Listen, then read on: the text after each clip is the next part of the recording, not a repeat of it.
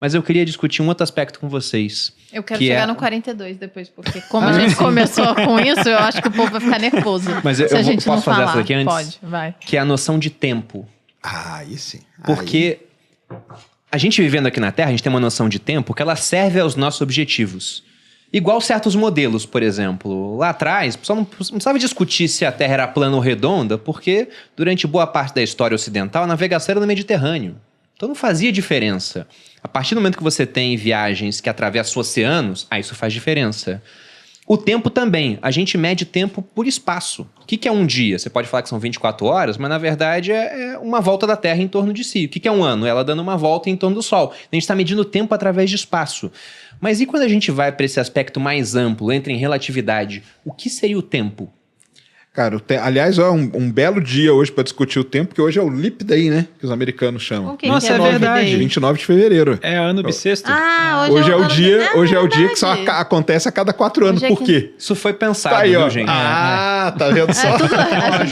Dá um aumento pra produção, dá um aumento pra fazer esse podcast. Tudo é planejado, gente. É o dia, hoje é o Leap Leap Day. Pra quem não conhece, em inglês a gente chama de Leap Day. Inclusive, feliz aniversário a cada 4 anos pra quem faz aniversário tá fazendo, hoje. exatamente. É um dia especialíssimo aí pra quem nasceu no dia 29 de fevereiro.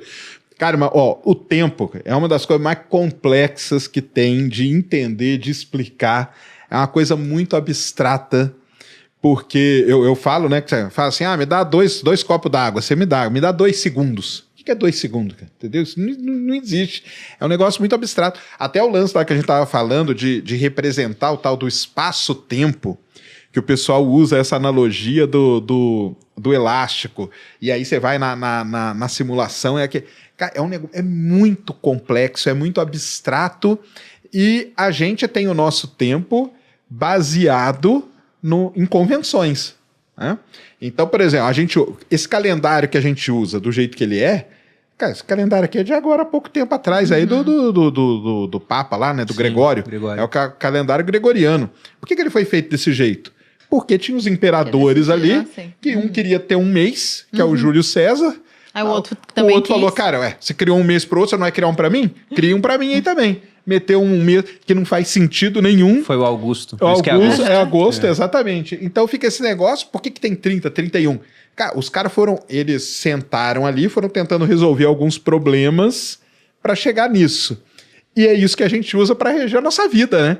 Isso é um negócio... Ninguém era dono de fevereiro, né? Porque ficou tão pequenininho. Então, aí fevereiro ficou ali. E aí, o que aconteceu com fevereiro? Criaram esse dia que nós estamos vivendo hoje. Porque se você vê astronomicamente, que aí você vê pelo movimento das estrelas, pelo movimento do Sol e tal, uma coisa não bate na outra. Tanto o calendário está errado, que a cada 4 anos tiveram que colocar um dia para corrigir esse negócio. Então...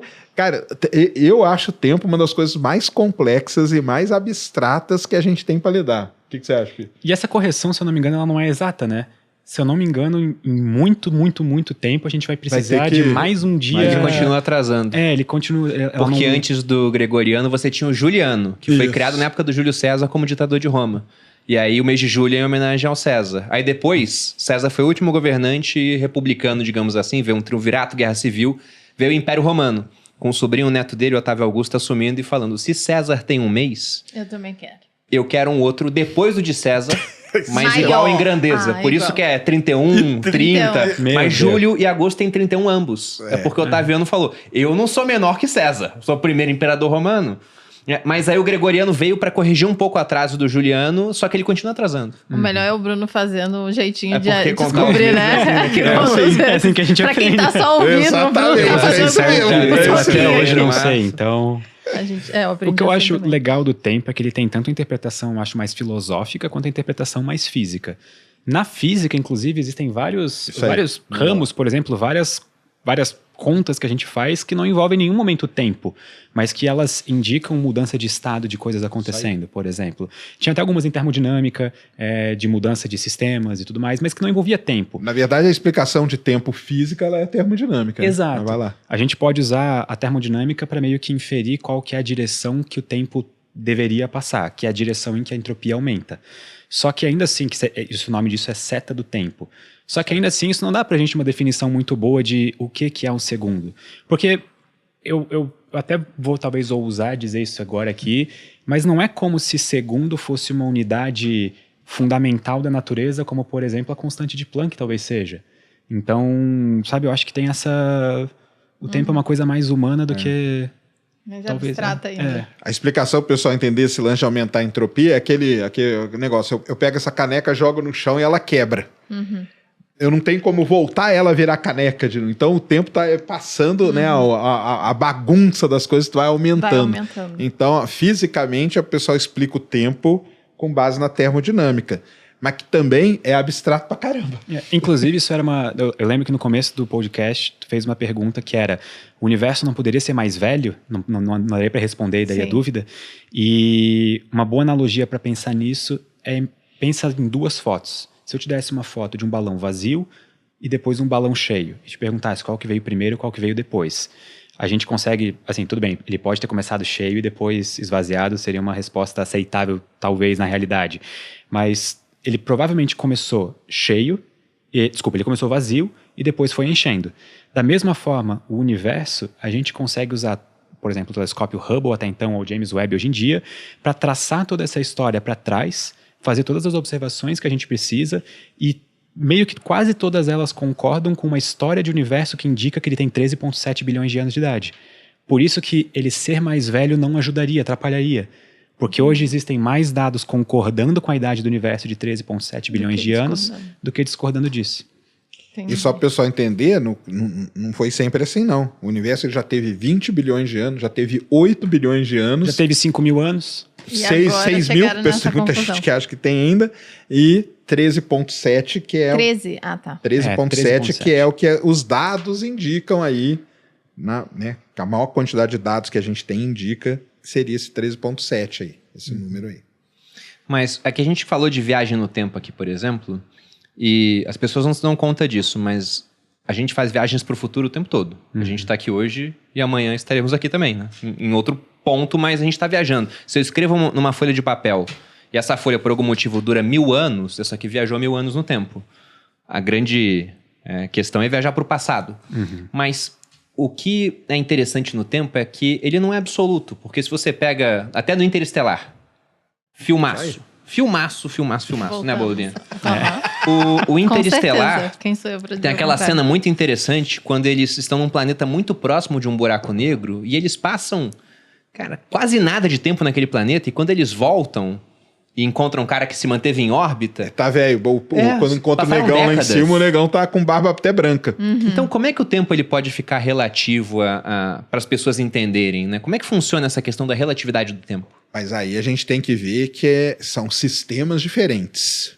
Isso aí é até importante a gente falar, porque nós vivemos num sistema... A relatividade aqui pra gente, não acontece nada. Nós vivemos num sistema newtoniano. Quando você chega num ponto, que aí no caso vamos pegar o Interestelar, ou até mesmo aqui do Sistema Solar, a gente tem uma situação dessa, que é Mercúrio com o Sol, entendeu? Mercúrio está tão perto do Sol que ele sofre efeitos relativísticos ali. Mas vamos pegar o caso do Interestelar. Buraco negro. O planeta de Miller lá que eles pousam, que é o planeta que tem água e tudo, aquele planeta ali não são as leis de Newton, que ali Newton acabou. Ali começa a valer a relatividade. Porque aquele planeta ele está numa velocidade que é um X% da velocidade da luz.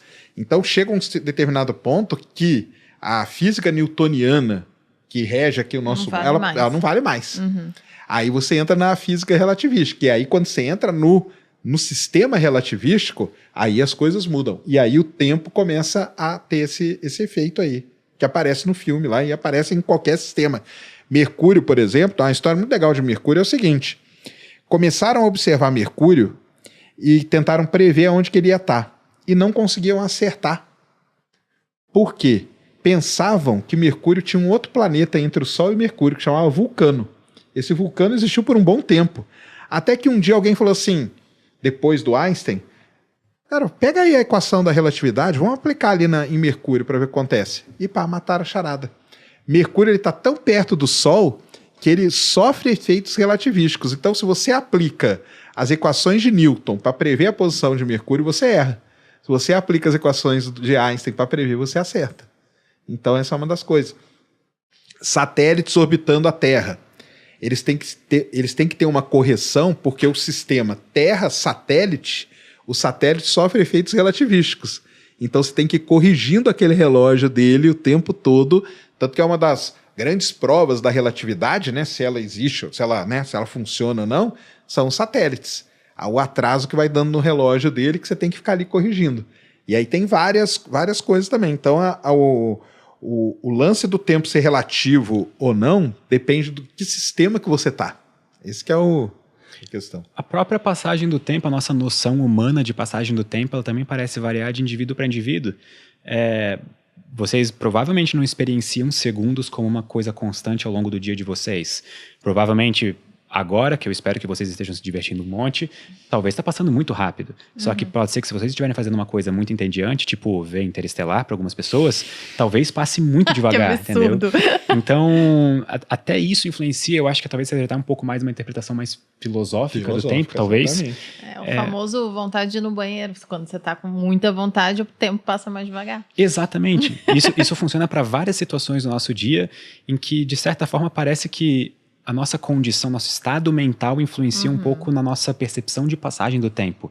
Por exemplo, aquela sensação de quando a gente olha para um ponteiro do relógio, de parecer que a primeira mexida do ponteiro parece que dura muito mais do que todas as outras subsequentes. Tem explicações para isso, então isso é interessante. Mas em termos objetivos, por exemplo, até pegando um exemplo hiper simples, daqueles de gráficos que colocam tempo para cá e deslocamento no espaço para cá. Você faz um deslocamento no espaço, o tempo vai passando sempre numa direção, né? Me corrija se eu estiver errado, né? Se dá para voltar no tempo. A seta do tempo. Mas ele vai indo em direção a uma seta. O tempo vai aumentando, seu deslocamento no espaço também está para esse lado, então você tem um vetor. Se você se desloca muito rápido no espaço, esse vetor do tempo ele quase não pesa, então o tempo vai passar mais devagar. Se a gente se movesse mais rápido, na velocidade da luz, por exemplo... Ou perto da velocidade da luz, que aí entra na parte relativística do negócio. Então o tempo passaria mais devagar. Exatamente. Para um referencial... Para o referencial. Dependendo do referencial, né? Então, para quem tá lá, tá passando igual. Quem tá se movendo naquela velocidade. Exatamente, é isso aí. O problema é a mudança de lugar que você tá, no final das contas. E o mais legal é que nisso aí tem um experimento que foi feito. A NASA fez um experimento desse com 2 astronautas. O Mark Kelly e o Scott Kelly, que são irmãos gêmeos. São irmãos gêmeos, O Scott Kelly passou 1 ano no espaço. 340 dias, né? Vamos aproximar para 1 ano. Viajando, né? Então ele tava viajando a 27 mil quilômetros por hora, porque ele estava dentro da estação espacial. Ele estava mais rápido. E o irmão dele aqui na Terra. Sim. Ele estava mais rápido. Trouxeram os dois e foram fazer medidas. Aí, logicamente, o tempo que ele ficou foi muito pouco, mas quando fazem medidas muito precisas, viram que o envelhecimento dele foi um pouquinho menor do que o do irmão que ficou aqui na Terra.